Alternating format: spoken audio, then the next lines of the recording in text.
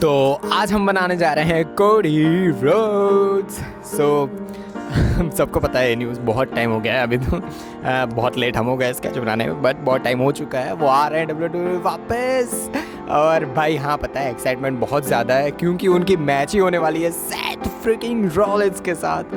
भाई कब से स्टोरी लाइन चला रखी है WWE वालों ने कि भाई कब लड़ेंगे, किसके साथ लड़ेंगे, बट आ ही नहीं रहे। और अभी न्यूज़ आ रही है वो डायरेक्ट रेसलमेनिया में आएंगे।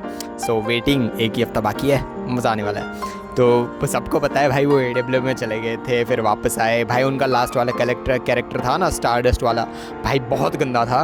बहुत लोगों ने मुझे कमेंट भी किया था कि भाई वो वाला स्केच बना। भाई बिल्कुल नहीं, मर जाएंगे हम बस, बट वो स्टारडस्ट वाला नहीं बनाएंगे। अभी वाला जो अमेरिकन ड्रैगन वाला है भाई बहुत बढ़िया है, वही बन के आना चाहिए, बहुत मज़ा आ जाएगा बनाने में।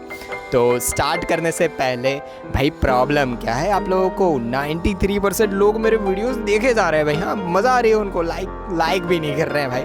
चीज़ें क्या होती है पता है कि जो बहुत सारे गुड आर्टिस्ट हैं, अच्छे आर्टिस्ट हैं, बहुत सारे अच्छे कंटेंटर्स हैं, उन सब लोगों को है ना कुछ नहीं चाहिए होता है। उनको बस ऐसा चाहिए होता है कि कोई उनके जो वर्क वो अगर अच्छा कर रहे हैं तो एटलीस्ट वो 10 घंटे 12 घंटे वो काम कर रहे हैं, कुछ अच्छा क्रिएट कर रहे हैं आप लोगों के लिए, कि भाई आप खुश हो रहे हो, आप कुछ समझ पा रहे हो, कुछ आगे बढ़ पा रहा है, आप कुछ कर पा रहे हो वो सीख के वो चीज़ें, तो आपको एटलीस्ट लाइक करनी चाहिए। और चीज़ें क्या होती है कि जब आप लाइक करते हो, कमेंट करते हो, सब्सक्राइब करते हो, तो ये चीज़ों से है ना बहुत ज़्यादा मोटिवेशन मिलती है जो भी आर्टिस्ट होता है या जो भी कंटेंट बनाता है उनको। और होता क्या है कि भाई एंगेजमेंट में लग जाते हैं। एंगेजमेंट का मतलब ये है कि जब लाइक करोगे तो दूसरे वीडियो से एक ऊपर जाएगा। और अगर आप कुछ सीखे हो मेरे वीडियोस को देख के तो प्लीज़ लाइक कर दिया करो, और कमेंट में लिख दिया करो कि अगर आपको कुछ नहीं भी पसंद आया तो भी लिख दिया करो कि आप मुझे भाई ये चीज़ पसंद नहीं आई आपके वीडियोस में। तो ये सब छोटी छोटी चीज़ें आर्टिस्ट को बहुत ज़्यादा हर्ट भी करती है बहुत बार ये सब चीज़ें। तो आपको इस सब चीज़ों पे फोकस नहीं करना चाहिए वैसे तो, बट लाइक कर दो, सब्सक्राइब भी कर दो अगर आपको पसंद हो तो, और कमेंट में लिख दो आपको क्या पसंद आया क्या नहीं आया सब कुछ। तो स्टार्ट करने से पहले आपको अगर टूल्स जानने हैं कौन से टूल्स मैं यूज़ कर रहा हूँ, अगर आपको बाय करने हैं वो सारे टूल्स, और मुझे पता है पीछे वाले बैकग्राउंड में बहुत ज़्यादा आवाज़ आ रही है भाई, पता नहीं 10 साल से कोई घर बन रहा है, वो बने ही जा रहा है, वो आवाज़ करे ही जा रहा है। अब तो रात को भी चालू कर दिया है उसने। और एक और पागल हमारी सोसाइटी में रहता है, पूरे दिन वो गाने बजाता है, वो भी एम्पलीफायर में। पता नहीं भाई, अब हम जैसे कहाँ जाए, कहाँ रिकॉर्ड करने जाए, उड़ जाए क्या हवा में। चलो जाने दो उसे, वो तो बनाता रहेगा। तो स्टार्ट करेंगे कोडी रोड्स में। हाँ, टूल्स की बात कर रहा था मैं। तो टूल्स को अगर आपको बाय करने हैं, कौन से टूल्स मैं यूज़ कर रहा हूँ ये पूरे ट्यूटोरियल को बनाने में, तो सारे टूल्स के लिंक मैंने डिस्क्रिप्शन में डाल रखी है, अब जाके बाय कर सकते हो। बहुत चीप है, मैं इतने ज़्यादा हैवी प्रोडक्ट्स यूज़ नहीं करता हूँ, मतलब टूल्स यूज़ नहीं करता हूँ स्केचेस बनाने में। अगर मैं साइड में ही रखता हूँ। बहुत लोग मुझे पहले ये बोलते थे कि आप मतलब 1500 2000 3000 वाली स्केचेस और पेंसिल्स यूज़ करते हो तभी आपके रियलिस्टिक और ऐसे बन रहे हैं, और आप ऐसा बोल रहे हो कि मैं तो छोटी। इसीलिए मैंने जितने भी टूल्स मैं यूज़ करता हूँ उनको मैंने ड्राइंग्स में मैंने साइड में ही रखना शुरू कर दिया है। आप खुद देख सकते हो कि आप जब स्टेशनरी में जाके मांगोगे तो ये सब चीज़ें आपको 20-50 रुपये 100 रुपये में मिल जाती है, ये सब बेसिक चीज़ें। तो इस बार जो मैं टेक्निक यूज़ कर रहा हूँ स्केच बनाने में वो बहुत अलग तो नहीं है भाई, वही है ग्रिड टेक्निक। भाई वो मुझे किसी ने कमेंट किया था, मेरी जो इंग्लिश वाली चैनल है श्वेत स्केचेस, उसमें मुझे कमेंट किया था कि आप कोई और टेक्निक क्यों यूज़ नहीं करते। अगर आप एक चीज़ समझो कि विराट कोहली कवर ड्राइव में आउट हो रहा है, ठीक है, और उसकी बेस्ट चीज़ है कि भाई कवर ड्राइव में ही वो अच्छे शॉट्स मारता है, तो वो कवर ड्राइव ही मारेगा भाई। अगर ग्रिड टेक्निक मुझे आती है, उसमें मैं बेस्ट हूँ कि भाई मैं एकदम छोटे पिक्चर को भी बहुत बड़ा बना देता हूँ, तो मैं क्यों अलग अलग टेक्निक्स करने जाऊंगा। और मुझे एक चीज़ बताओ कि जब आप बहुत सारे स्किल सीख जाते हो, जैसे कि आपको शेड करना आ गया, ठीक है, कि जैसे नोज़ बनाना आ गया है, आपको बहुत छोटी छोटी चीज़ें आपको बनानी आ गई है, बट आपको फेस का स्ट्रक्चर ही प्रॉपर बनाना नहीं आता। जैसे कि रियल में उनका नोज़ 2 सेंटीमीटर का लग रहा है, बट आपने 3 सेंटीमीटर का बना दिया है, आपने 2.5 सेंटीमीटर का बना दिया है। कहाँ से कोई आपका गाल है वो छोटा दिख रहा है, बड़ा दिख रहा है, तो मतलब क्या हुआ आपके शेडिंग और ये सब चीज़ का। तो बेसिकली मैं यही चीज़ बताना चाहता हूँ कि ग्रिड टेक्निक से आप छोटे से छोटे फ़ोटो को भी इतना बड़ा बना सकते हो, ज़्यादा डिटेल्स दे सकते हो, और बड़ी से बड़ी फ़ोटोज़ को भी एकदम छोटे में कन्वर्ट कर सकते हो। तो सबसे बेसिक थिंग है कि ग्रिड टेक्निक्स बहुत इजी है, और उससे बहुत अच्छे आप बहुत छोटे छोटे पोर्शंस में भी आप फोकस कर सकते हो। वो आपने चीज़ हमेशा सुनी होगी कि छोटे पे फोकस करो, बड़ा अपने आप हो जाएगा धीरे धीरे वो चीज़ को। हाँ भाई, ये चीज़ को गलत में लेके मत जाना।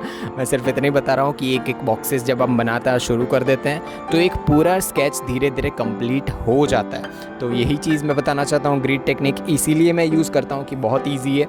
और अगर आपको फिर भी नहीं पता कि ग्रिड टेक्निक कैसे यूज़ करते हैं, कैसे बनाते हैं, कैसे पेपर पे अप्लाई करते हैं, तो सारी चीज़ें मैंने एकदम शॉर्ट फॉर्म में, एकदम ईजी वे में मैंने मेरी हाउ टू प्लेलिस्ट है उसमें अपलोड कर रखा है। आप जाके चेकआउट कर सकते हो, या फिर आई बटन में ऊपर आपको मिल जाएंगे सारे वीडियोस।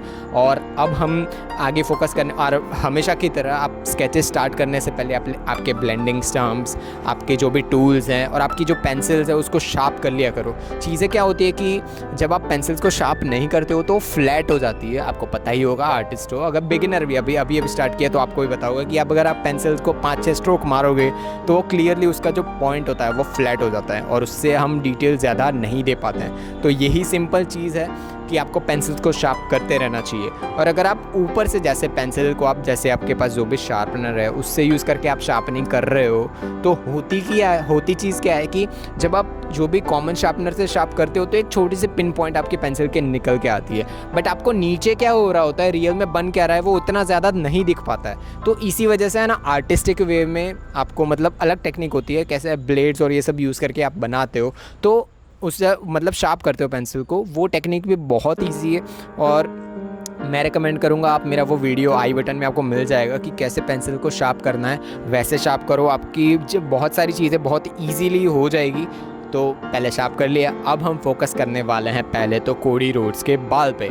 भाई जो मेन चीज़ इसमें सबसे ज़्यादा डिफरेंस है मेरे आज तक जितने भी स्केचेस बनाए उसमें और इसमें, है कि मैं ब्लॉन्ड हेयर्स बना। ब्लॉन्ड मतलब पूरे वाइट कलर, ऑलमोस्ट वाइट बोल सकते हैं, थोड़े बहुत येलोइश होते हैं, बट येलो कलर हम ब्लैक एंड वाइट में कैसे बना सकते हैं, पेंसिल से कैसे बनाएंगे वो।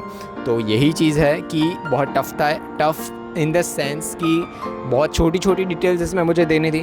तो यही चीज़ों पे इसकी वजह से जो हम हेड्स बनाना स्टार्ट करने वाले हैं कोडी रोड्स के, उसमें हम सिर्फ यूज़ करेंगे 2B पेंसिल और 3B पेंसिल, उससे ज़्यादा हम यूज़ नहीं करने वाले हैं। सबसे डार्कर पार्ट्स तो ईयर के ऊपर वाला पार्ट अगर आप फोकस करो तो वो ही है, उससे ज़्यादा जितने भी पार्ट्स हैं वो सारे के सारे ऐसे हैं कि वहाँ पर सिर्फ 2B और 3B पेंसिल यूज़ हुई है। और बैकग्राउंड का भी बहुत बड़ा वाला इंपॉर्टेंस है। तो स्टार्ट करेंगे हम 2B पेंसिल से। 2B पेंसिल को शार्प कर लो और जितने छोटे छोटे हेड्स, जैसे पहला बॉक्स है, दूसरा बॉक्स है, तीसरा बॉक्स है, जो हेड्स जहाँ पे बन रहे हैं वहाँ पे, तो वो बॉक्सेस में जितने छोटे छोटे हेड्स, होता क्या है कि हेड्स के ऊपर जब लाइट पड़ती है ना, वाइट कलर के हेड्स पे भी जब लाइट पड़ती है ना, तो उसके शेडो पीछे बनती ही है और हमें फोकस करना है वो शेडो को बनाने में। शेडो बन जाएगा तो हेयर अपने आप दिखने लगेंगे। तो पहले वो छोटे छोटे शेडोज़ पे जो हेयर्स दिख रहे हैं वो बना दो, उसके बाद उसको ब्लेंड करो आपके मेकअप ब्रश या पेंट ब्रश जो भी है आपके पास, और पूरा का पूरा ट्यूटोरियल हेयर वाला हम देखेंगे पार्ट 2 में। तो पार्ट 2 कल ही अपलोड होने वाला है, तो तब तक के लिए बाय बाय। तो आज के ट्यूटोरियल के लिए बस इतना ही। अगर आपने इस ट्यूटोरियल से कुछ ना कुछ सीखा है तो सब्सक्राइब कर दो और लाइक कर दो। अगर आपको कोई भी क्वेश्चन और क्वेरीज हो इस ट्यूटोरियल के रिगार्डिंग तो कमेंट में लिख दो। तब तक के लिए ध्यान रखो खुद का और जिनसे प्यार करते हो उनका भी। आपका चित्रकारिक दिन हो। टट्टूज।